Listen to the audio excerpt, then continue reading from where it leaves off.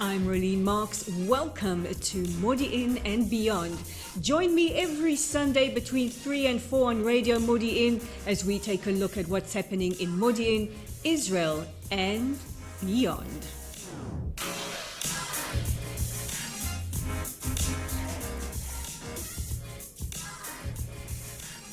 You know we rock it every Tuesday morning between 10 and 11. I'm Rolene Marks. This is Modiin and Beyond on Radio Modiin, where we take a look at what's happening right here in our beautiful city in Israel and beyond.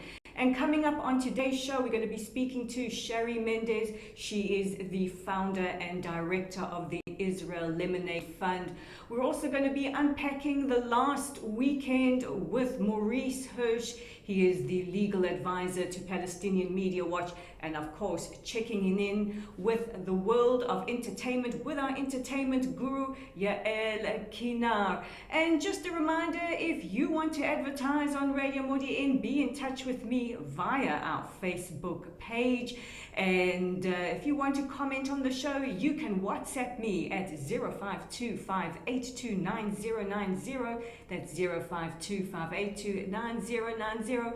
But in weather like this, all we can do is dance. So we're going to take a short music break. And on the other side of this, Shari Mendes.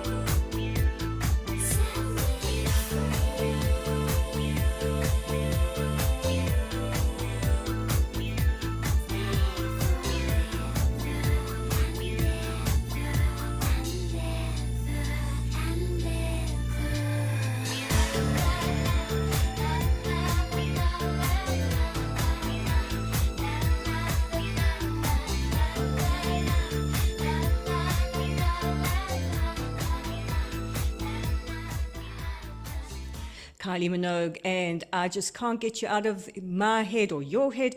You should have seen the dancing happening behind the scenes. pair had to come in and make sure that I behaved myself.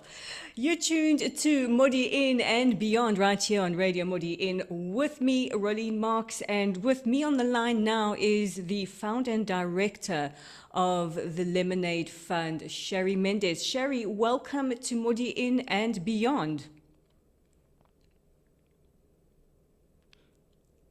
Shari?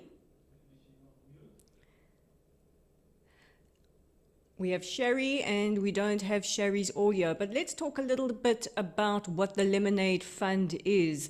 A cancer diagnosis, especially a breast cancer diagnosis for any woman, is a very, very painful time in her life, a very vulnerable time in her life, and affects not just her well-being, but also her family's well-being.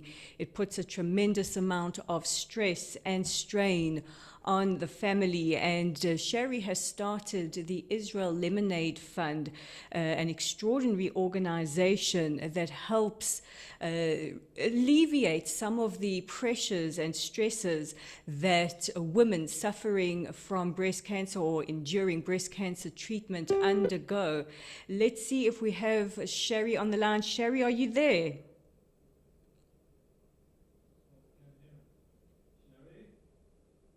Shari?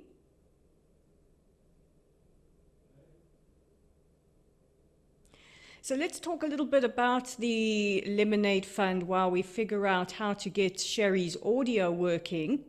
The Lemonade Fund provides financial assistance and different kinds of assistance to patients who are suffering or enduring breast cancer. Financial, various other ways of assisting them, and also emotional assistance, because I think the emotional toll that it takes not just on the patient but on the family is really, really quite extraordinary, and an enormous amount of stress. And what Shari does is, through her emergency fund, this is the Israel Lemonade Fund, and I'm quite curious to find out why it is called a Lemonade Fund, provides that necessary assistance. And it's not done without the help of you guys. I know if you want to donate to assist, that is possible. But let's go and see if we've got Shari. Shari, are you there?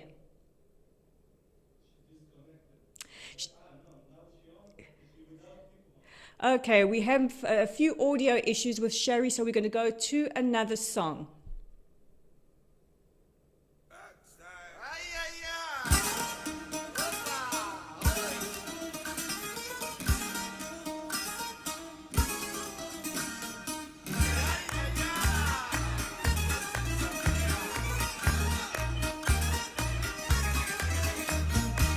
בלשונות רבות מספור דיברנו, וזה את זה כמעט בכלל שלא הכרנו, ומקומות רבים מאוד עזבנו, ורק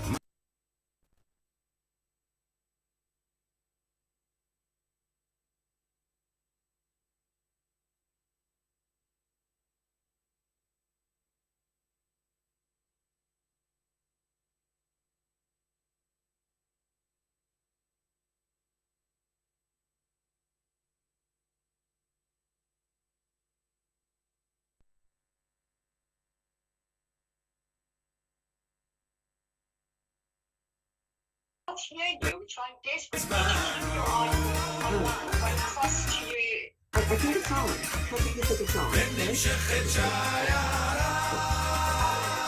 מן המאה שעברה, רחוקים כבר היוצאים, ניכרים בחלוצים שעמלו עבדו בפרך בלי לראות את סוף הדרך, ועכשיו עוברים אנחנו לא שקר.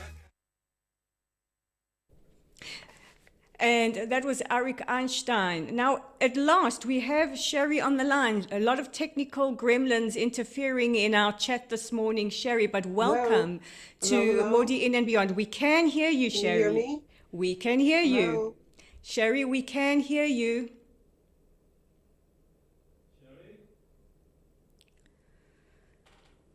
Shari, can you hear us? Shari? I think we're going to carry on with another song while we try and sort out this technical issue. And on the other side, Shari, can you hear us? Shari?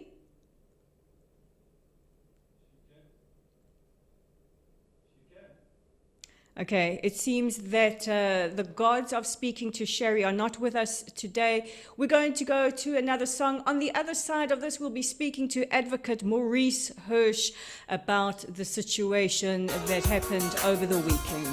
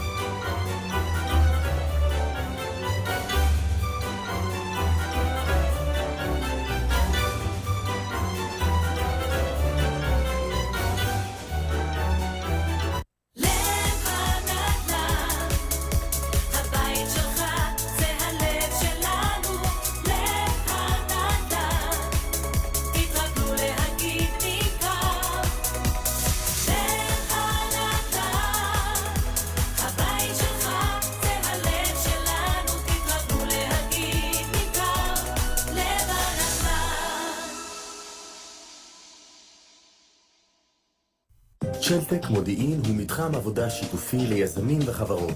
בשלטק תמצאו עמדות עבודה אישיות, משרדים סגורים, חדרי ישיבות מרווחים, מרחבי הדרכה משודרגים. בקיצור, כל מה שעסק בצמיחה צריך.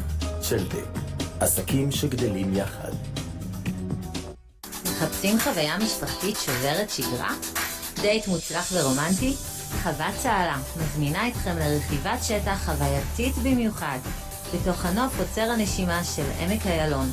חוות צהלה, תתכוננו להתאהב. לפרטים 055-662-6773.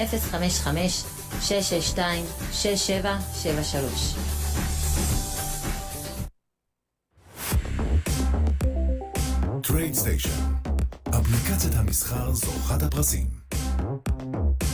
לסחור רק עם הטוב ביותר. אליט פלטפורמס, המקבצה הפיננסית שלכם. ברוכות הבאות למכללה האקדמית לחינוך תלפיות בחולון. מכללה שהיא בית. בבית שלנו יש מרצים עם תשוקה לחינוך. סגל מנהלי עם תודעת שירות גבוהה. והמון יחס אישי לצד מצוינות אקדמית. אלפי בוגרות המכללה המובילות את שדה החינוך בישראל היא העדות הטובה ביותר שמכללת תלפיות הינה המקום הנכון ביותר עבור מי שרוצה להצליח, להשפיע ולחנך את דור העתיד. כי החינוך מתחיל מהבית. לצד המתקנים הפיזיים המתקדמים, המערכים הטכנולוגיים והקמפוס המתחדש, אנו מציעים לכן 5 מסלולי לימוד לתואר ראשון. חינוך לגיל הרך, חינוך יסודי, חינוך על יסודי, חינוך מיוחד ואומנות, כך שכל סטודנטית תוכל לבחור את המסלול המתאים ביותר עבורה. במכללת תלפיות תמצאי את כל היתרונות במקום אחד, יחס אישי ותוכנית מותאמת אישית. קמפוס בוטיק חכם וחדשני, מרחק הליכה מתחנת הרכבת, כל זה במרכז הארץ. כולנו כאן בשבילך, מאמינים בך. צוות מכללת תלפיות. מכללת תלפיות לחינוך, ללמוד לתואר ראשון עם החברות שלי בדרך שלי. זו תלפיות שלי. רדיו מודיעין, התושבים מדברים. רדיו מודיעין, התושבים מדברים.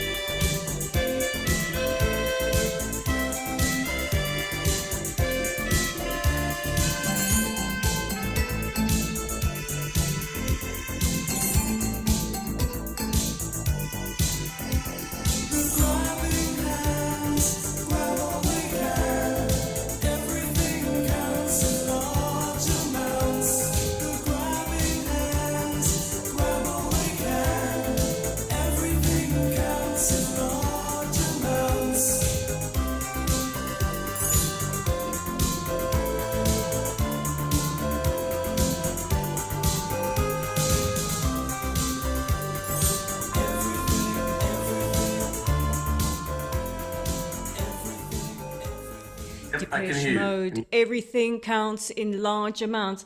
And we apologize for all the technical gremlins. Obviously, today wasn't the right day to interview Shari, but we're going to have her back pretty soon to talk about the Lemonade Fund, because I think this is an organization that really does remarkable work and we need to hear about. A reminder, you're on Modiin and Beyond with me, Rolene Marks, on Radio Modiin, and on the line from Jerusalem, Advocate Maurice Hirsh, legal advisor to Palestinian Media Watch. Welcome back, Maurice. Hi, Rolene. Good morning. Good morning. This past weekend has been one of the bloodiest in recent history, with a significant uptick in violence that resulted in a wave of terror that claimed at least 7 lives on Shabbat, on Friday night, as people were exiting Shul and walking in the streets in Neve Yaakov. Let's go back a couple of days. Let's take a look at the escalation over the last couple of weeks, culminating in the counter-terror operation that took place in Jenin last Thursday. So let's take a look at it. What has happened over the last, I'd say, week or so? So I think, Rolene, it wouldn't be correct to just limit our look to just the last few weeks. Really, what we're seeing is a continuing escalation of violence and terror initiated and controlled by the Palestinian Authority. It starts already, why do I say that? Because it starts already in March last year, when Israel had to eliminate the terrorists of the Lion's Den cell that were operating in Shechem, in Nablus.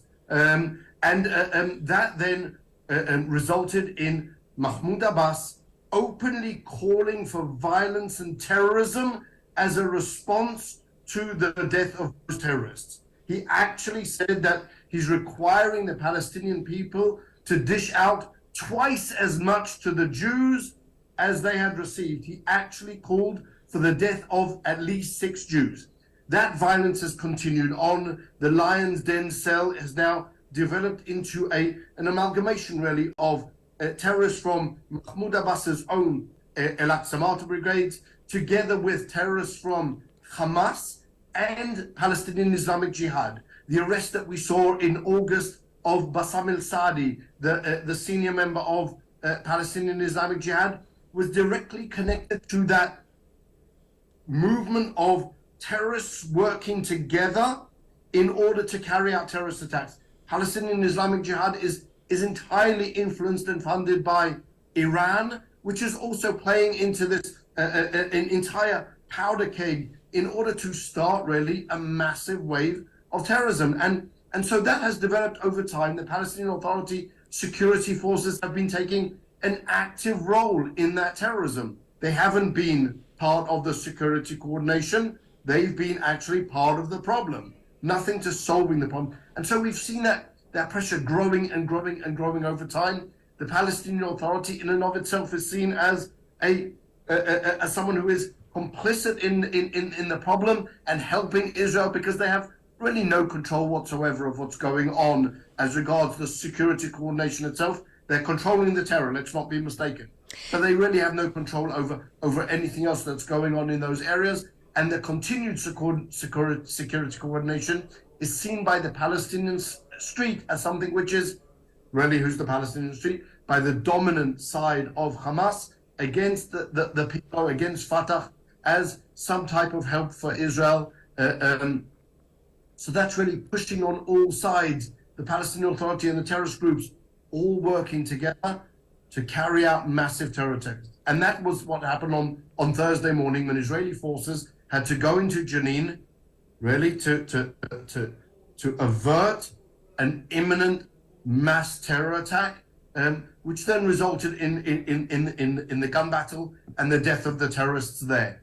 That was then used by the Palestinian Authority as a excuse to further incite violence, even through their Ministry of Religious Affairs, putting out a message to all of the imams in the mosques for their Friday sermons.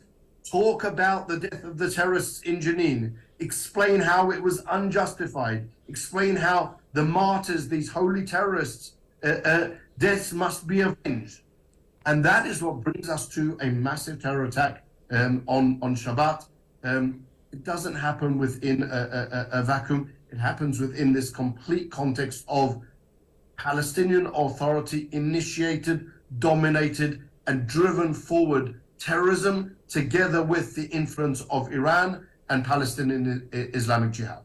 Before we talk about Jenin and the hotbed of terror activity and incitement that Jenin is, because this has been the launching pad and certainly the epicenter of the planning and the carrying out of terror attacks, the Secretary of State from the United States, Antony Blinken, is in the country. At the moment, he's in the region.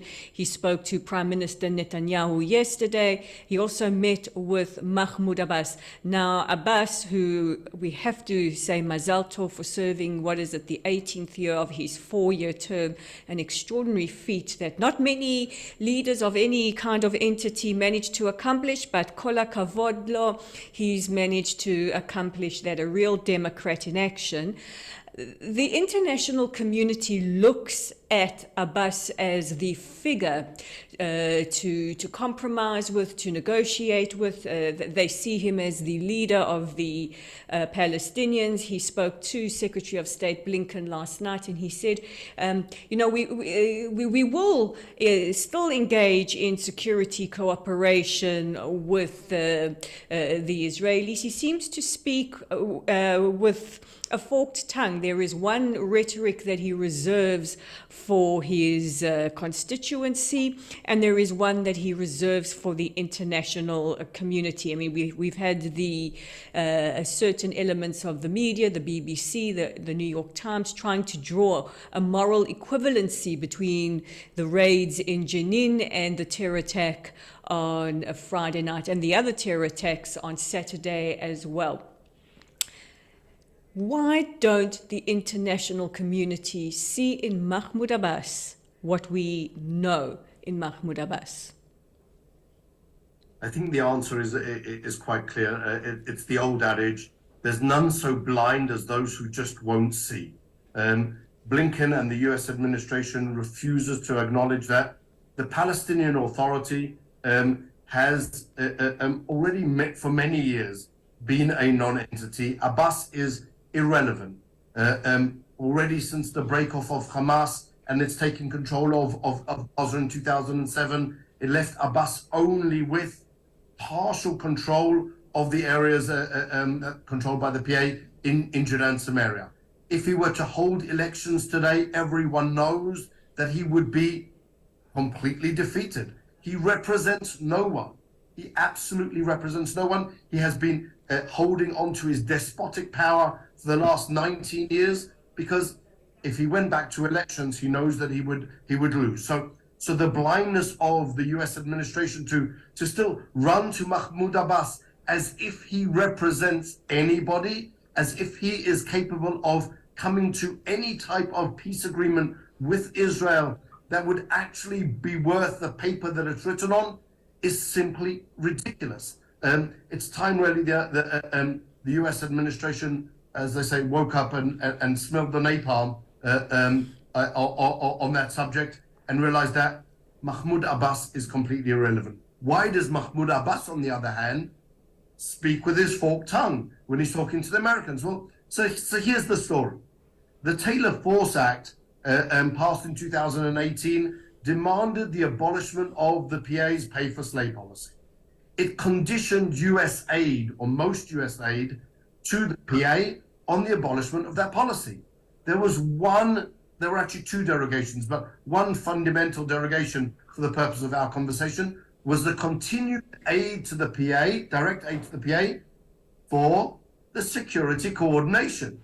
So whilst Fatah and the PLO and the PA have already decided to cancel all of the security coordination, when Abbas talks to Blinken, he has to say, well, we're continuing on with the security coordination, because he wants to continue to receive even that small amount. What's a small amount? Somewhere in the region of $60 million a year of direct US aid, so that he can continue using that aid in order to train his security forces to continue murdering Jews. To that also the American administration is simply turning a blind eye. They know that the security coordination is really irrelevant, but that's still their avenue to funnel funds to the PA without ostensibly breaching the Taylor Force Act. And so that's what they're doing. And so Mahmoud Abbas will continue saying, oh yes, of course we'll continue on with the security coordination. Oh yes, and of course keep on giving us the money that you give us for that security coordination. Are there any kinds of checks and balances in place to monitor exactly where that money goes? No, absolutely not. The money goes to fund the salaries and to fund the general operation of the security forces under the assumption that they are actually fighting terror when it's clear that they're not, and the PA and the Al-Aqsa Martyr Brigades often and repeatedly, as Palestinian Media Watch has highlighted repeatedly recently, often claim that the terrorists are policemen or security officers during the day and terrorists at night. That's something which the world has seen already, and that the Biden administration seems to be willfully blind to. Let's talk about the terror attack that took place close to the city of David on Saturday morning. A father and son, presumably walking to Beit Knesset, were shot by a 13-year-old boy. Now, I just want people listening to internalize that for a minute. A 13-year-old boy armed with a weapon with the intention to kill. Now, your organization, Palestinian Media Watch, monitors the kind of rhetoric in the Palestinian media and in Palestinian textbooks, and has presented to various administrations and governments around the world exactly what is being taught to Palestinian youngsters from, I think, as young as kindergarten. Talk to us about the kind of incitement, the kind of environment created that would precipitate a 13-year-old boy getting on his bicycle, or however he got there, and shooting two Israelis. So aside from his legacy as really the grandfather and the father and the driving force behind the PA's pay for slay policy, Mahmoud Abbas's alternative legacy is the fact that he's managed in the last 20 years to entirely poison the minds of multiple generations of Palestinians. They grow up in an environment where they are told that it's good to die as long as you're killing Jews, or even trying to kill Jews. The families of the terrorists and the children being killed are told that it's good that your children died. And indeed, they've adopted that message, and many of them say, well, it's wonderful that my child achieved the status of shahada, of martyrdom. Can you imagine it? Parents who have been so entirely brainwashed that they're happy to see the deaths of their children as long as they died trying to murder Jews. And that's how you get to the situation. You then add into that pot international organizations such as Amnesty International, who have been running a massive campaign recently, together with UN and special representatives, to bring about the freedom of Ahmed Manasseh. Ahmed Manasseh, for those of you who don't remember, was similarly a 13-year-old Palestinian terrorist child who came with his cousin, and also was involved together with his cousin in the stabbing of two Jews in Pisgat Ze'ev in 2015. Now, Amnesty International and the UN special representatives and all of their friends are crying for the release of Ahmed Manasseh because it's immoral and against international law and torture to hold this child terrorist in prison. So you have all of those things together.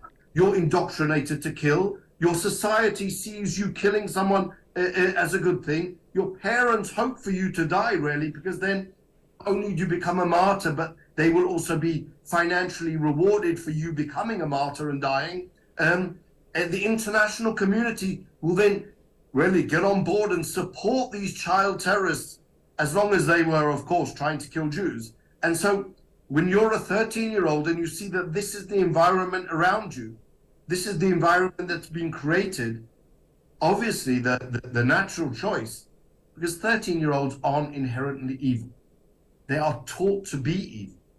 And so this is what the Palestinian Authority has done. This is part of Mahmoud Abbas's legacy, poisoning the minds of generations of Palestinians to hate Israelis so much that they're willing to die simply trying to kill Jews.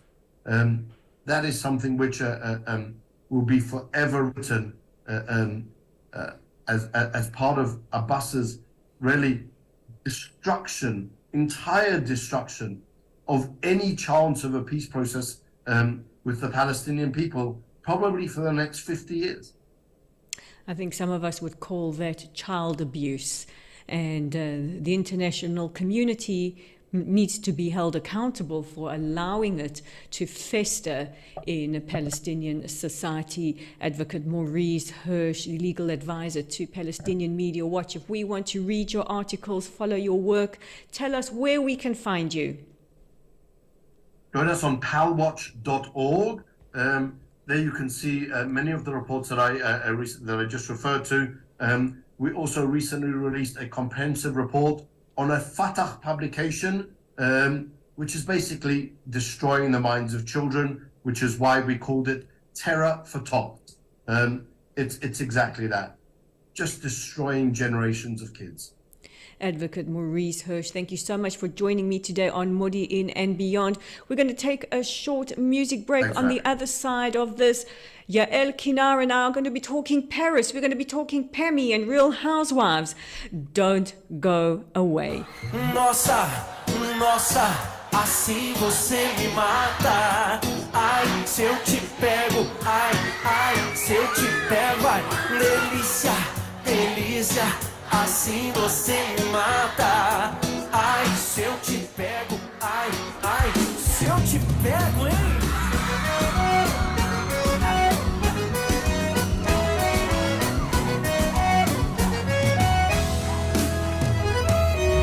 Sábado na balada,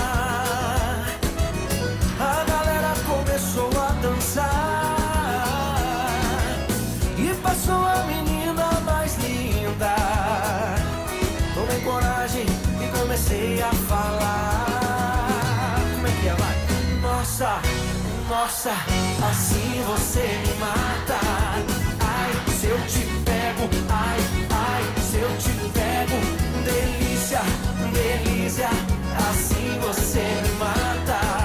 Ai, se eu te pego, ai, ai, se eu te pego, vai.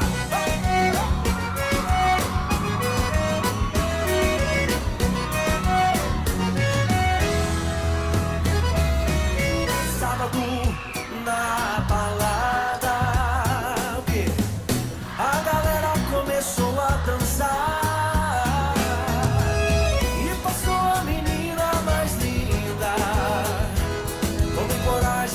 Comecei a falar. Nossa, nossa, assim você me mata. Ai, se eu te pego, ai, ai, se eu te pego.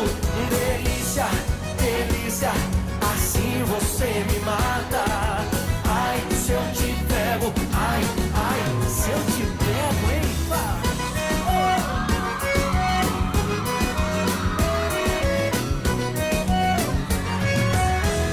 Só vocês agora.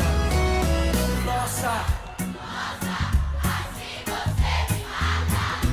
Ai, se eu te pego.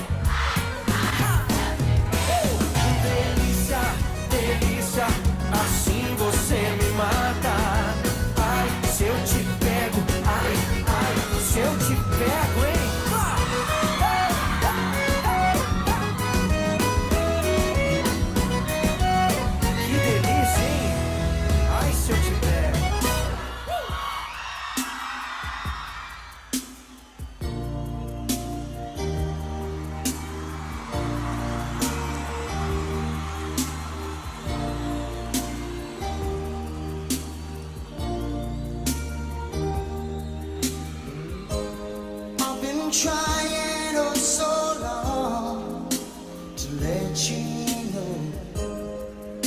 you know how I feel.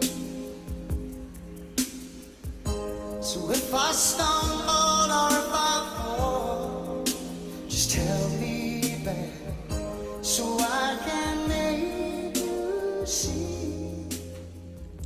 All kinds of dancing happening in studio today. Hey, we got to keep warm, but bringing the fire, slaying it in the world of entertainment is our regular correspondent in her regal royal purple, Yael Kinar. Welcome back, Yael. Thank you. I had to bring a little pop of color to this gray, rainy day. And you certainly do. And so much happening in the world of entertainment. You and I are regularly WhatsApping on the sides, talking about all kinds of things. But we've had some wonderful births in the last week. Can you tell us who gave birth, who didn't give birth, but how do we have some new additions to the world of entertainment? Well, I can tell you that in 2023 in Hollywood, when someone has a baby, that does not necessarily mean that they gave birth to them. So Paris Hilton has welcomed a baby boy via surrogate. And she had been telling us for a while, even before her big wedding last November, that this was the next project on the schedule. During COVID lockdown, she started the IVF process, saying, you know, it's a quieter time. Usually she travels and has all these commitments, but she checked in with her good friend, Kim Kardashian, who As one has does. 4 children, as one does. So Kim had given birth to 2 children herself and had 2 children via surrogate. So she had the names of all the right doctors in Hollywood. And Paris had started the process. The truth is, she teased us a little initially because she said, I can't wait to have a little girl and name her London. But she did not. She had a little boy and has yet to release his name. So I'm sure we will be finding out. But I'm sure he will be raised in the lap of luxury and stay at all the Hilton hotels that he wants anywhere in the world, as one does. And it's nice to see, you know, this ditzy heiress, which she's probably not that ditzy, but has worked hard on that persona of being a little bit of a disconnected person, but she's gotten married and she's had a child, and we wish them all the best. It certainly has been quite the trajectory for Paris. I mean, we remember her from the days of The Simple Life and That's Hot, to some of the more serious things that she's had to endure, like the horrific treatment at boarding school, something that she has become an advocate for, to living, as she would say, her best life as a DJ and a wife, and now a mom. And Paris, we know you listen to us, so we wish you a huge mazal tov, a big loves from Yael and I. We really, really wish you and your new family everything of the best. Of course, her younger sister Nikki is married to a Rothschild and is a mother of 3 as well. So they'll have nice cousins to play with, and I'm assuming the birthday parties and play dates and photo ops ahead will leave us very satisfied. Absolutely. And another lady who really has been also quite the object of fascination is Pamela Anderson. And I know that, we've also followed her from the slow run across the beach on Baywatch through her various marriages and some controversial issues in her life. But she's got a big book coming out. She's got a Netflix documentary coming out. Can you tell us a little bit about what's happening with Pammy? Yes, I can. Well, last night she sported a fabulous red gown, which was a wink to the famous red bathing suit of Baywatch. And it was the premiere of the Netflix documentary, which is coming out, as well as a book that she's written, a memoir. And this was her choice to come out with her version in her voice, because a few months ago there was a Hulu miniseries about her life and marriage to Tommy Lee and the famous leaked sex tape, which this can bring us back to Paris Hilton, but it was the first of its kind many years ago. And actually the VHS cassette was stolen from a safe in their Malibu home. It wasn't something that they there, anyway, there was a major lawsuit, and she wanted to now give us the fuller picture of her life. And she's 55 years old. She grew up in a very small town in Canada and did not have an easy childhood. She suffered abuse in various forms. And her big break sort of came accidentally when she attended a football game. And as is common sometimes abroad, they sort of pan through the audience and settle on an interesting looking face, which hers was. And very quickly thereafter, she became a star of a local Canadian beer brand, and she was on commercials and was then contacted by Playboy magazine, went on to become the most featured cover girl on Playboy ever till this day. She's done so multiple times, and has surprisingly said that no one has ever treated her with as much respect as Hugh Hefner. Go Okay, figure. well, I guess she didn't see the Playboy documentary, but yeah, you know, Right. So she's been married 6 times to 5 different men. She has 2 sons with Tommy Lee, who she married, I believe, 3 days after she met him in Mexico. But she does talk about them being a real love story, and they have sort of gone on and off and come back together. But she is now trying to live a quieter life on one side because she's moved back to this Canadian small village, and it supposedly isn't looking for as much fame, and yet also yesterday was on a red carpet looking fabulous and marketing her new book and documentary. So a little bit of both. I can't help but like her. I mean, she there's something about Pamela Anderson that really is just so likable. Maybe because she's unapologetically who she is. That you don't feel like there's any ulterior motives with her. And Pammy, we wish you Bahatzlacha as well. I'm going to be tuning into that documentary and maybe reading that memoir, unlike certain others. But let's talk about a subject very, very close to our heart, and that is Real Housewives. Oh, the gift that keeps on giving. The So I gift have that to keeps say, on giving. this franchise, which grows and grows, and there are the Real Housewives of Potomac, of Salt Lake City, of Atlanta, of New Jersey, of New York, of Beverly Hills, of Dubai now. So there's changes happening because there needs to be. There's so many things going on, and there's some characters, well, not characters, they're real life people, but are they? So the franchise has been sort of playing around with replacing people or taking them out of the game for a little bit, returning them a different season. Currently, some of the changes are that Lisa Rinna is no longer going to be on the upcoming season of The Real Housewives of Beverly Hills. There's an Ultimate Girls Trip, which is another sort of newer invention that they've been mixing up different housewives from different locations and sending them off on exotic trips.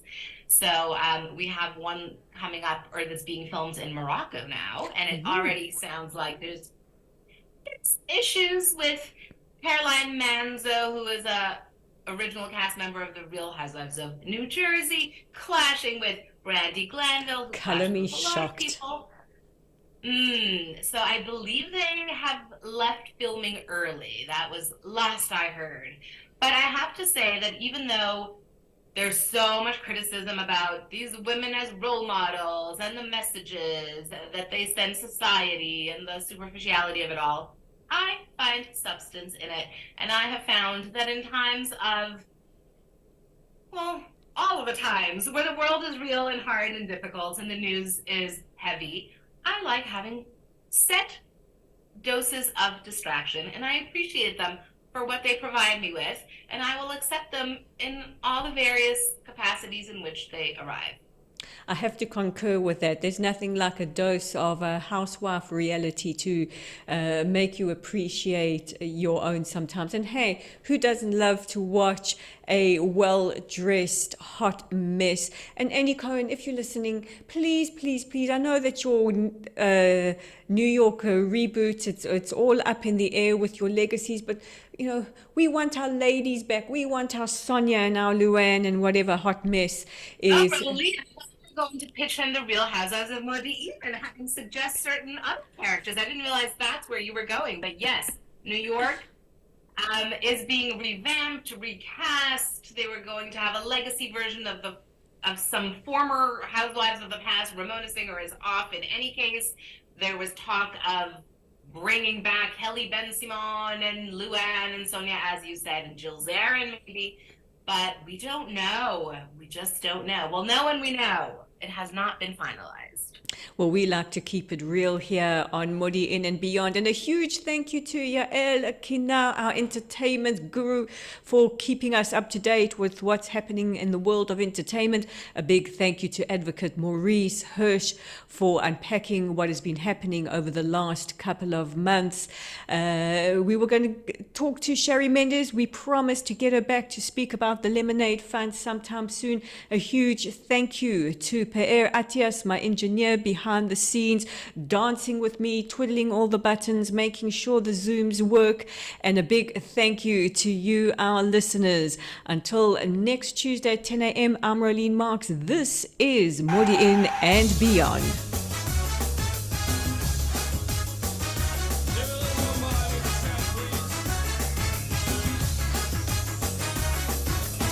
She's into superstitions, black cats and voodoo dolls. I feel a premonition, that girl's gonna make me fall.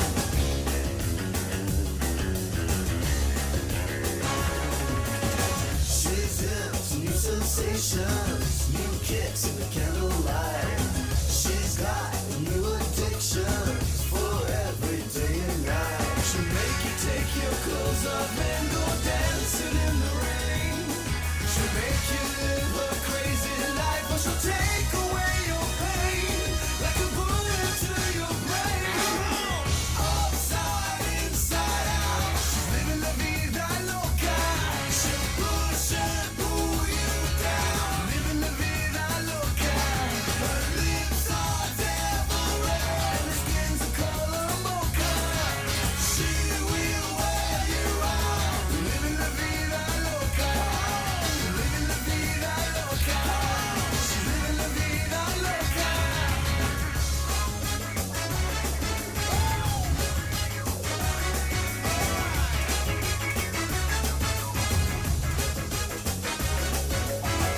Woke up in New York City in a funky cheap hotel. She took my heart and she took my money. She must have slipped me a sleeping pill. She never drinks the water, makes you order French champagne. Once you've had a taste of her, you'll